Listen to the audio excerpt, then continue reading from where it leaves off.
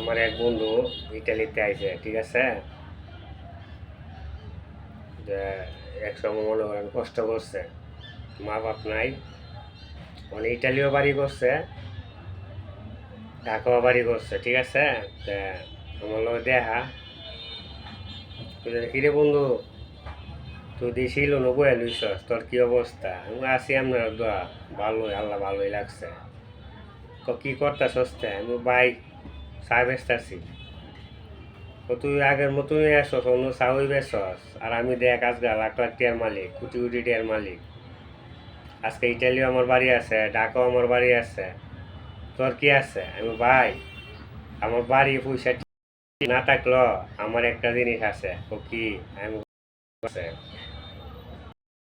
আমার মা বাচ্চা আছে, টিয়া পয়সা আমার দৌড়ান নাই। আল্লাহ আমার মারে সুস্থ লোক বাঁচাইলাও, এটাই আমি আলহামদুলিল্লাহ। পরে কি করছে আমার বন্ধুরা লগে লগে কাইন্দা দিচ্ছে, কাইন্দা আমার আইনারা ধরছে। আমি কিরে দোষ কান্দ তো ভাই, মনে কিছু নিস না, আমার টিয়া বইতে সব আছে কিন্তু আমার মা নাই, আমার বাপ নাই। তে ভাই তুই কই যে মা নাই বাপ নাই, হ্যাঁ বোঝে দুনিয়ার মাঝে মা বাপ কি জিনিস।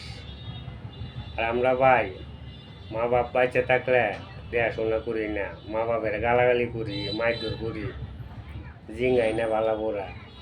যে নাই হ্যাঁ বুঝে ভাই, ঠিক আছে। যারা মা বাপ বাচ্চা আছে ভাই, সবাই রে কই মা বাপের মনে কষ্ট দেন না, মা বাপের সেবা করবেন, যত্ন করবেন, আল্লাহ আপনারে দেখবো।